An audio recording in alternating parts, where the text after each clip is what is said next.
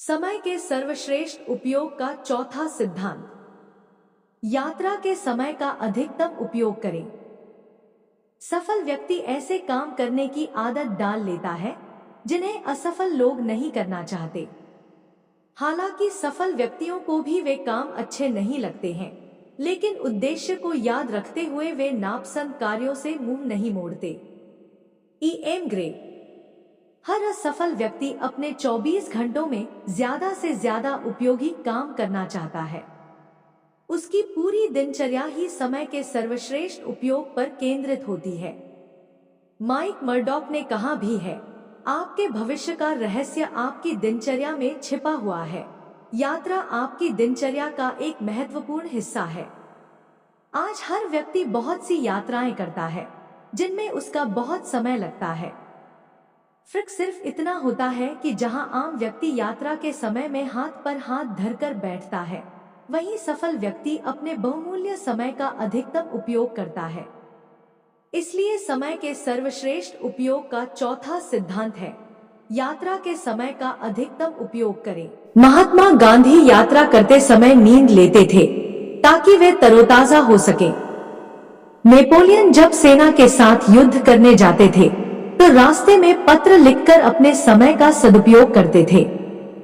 Edison अपने समय की बर्बादी को लेकर इतने सचेत थे कि किशोरावस्था में जब वे रेल में यात्रा करते थे तो अपने प्रयोगों में जुटे रहते थे।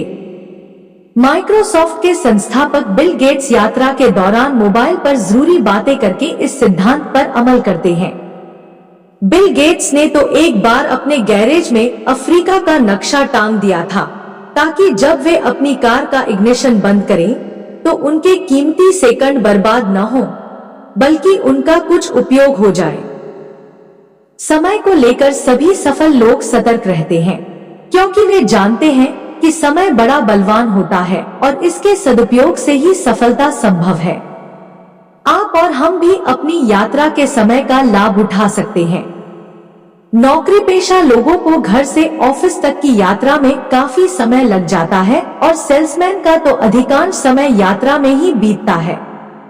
हमें यह जान लेना चाहिए कि अगर हम हर दिन 2.5 घंटे यात्रा करते हैं तो हमारे जीवन का लगभग 10% समय तो यात्रा में ही चला जाता है। इस समय में कोई मूल्यवान कार्य करके आप इसका सार्थक उपयोग कर सकते हैं। देखिए, यात्रा के दौरान ज्यादातर लोग या तो मोबाइल पर गाने सुनते हैं या फिर अखबार पढ़ते हैं या गपशप करते रहते हैं।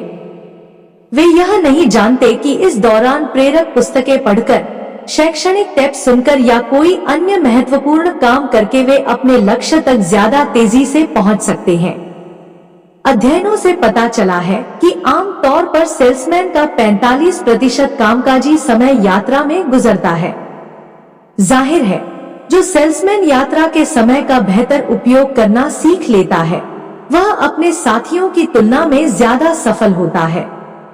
इंतजार करना किसी को अच्छा नहीं लगता, परंतु कई बार हमें मजबूरन किसी व्यक्ति या बस ट्रेन का इंतजार करना पड़ता है।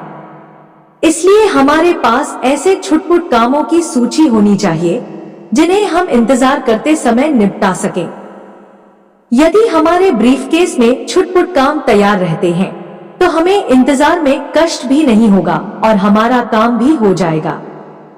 मशहूर ब्रिटिश एस्ट्रोफिजिसिस्ट हरमैन बॉन्डी को इतनी ज्यादा यात्राएं करनी पड़ती थी कि वे यात्राओं के दौरान अपने ऑफिस का काम निपटा लेते थे। एक बार तो जब एक यूरोपीय हवाई अड्डे पर उनकी हवाई उड़ान में विलंब हुआ तो उन्होंने उस समय का सदुपयोग करते हुए एक रिसर्च पेपर लिख डाला। इसे कहते हैं यात्रा के समय का सदुपयोग।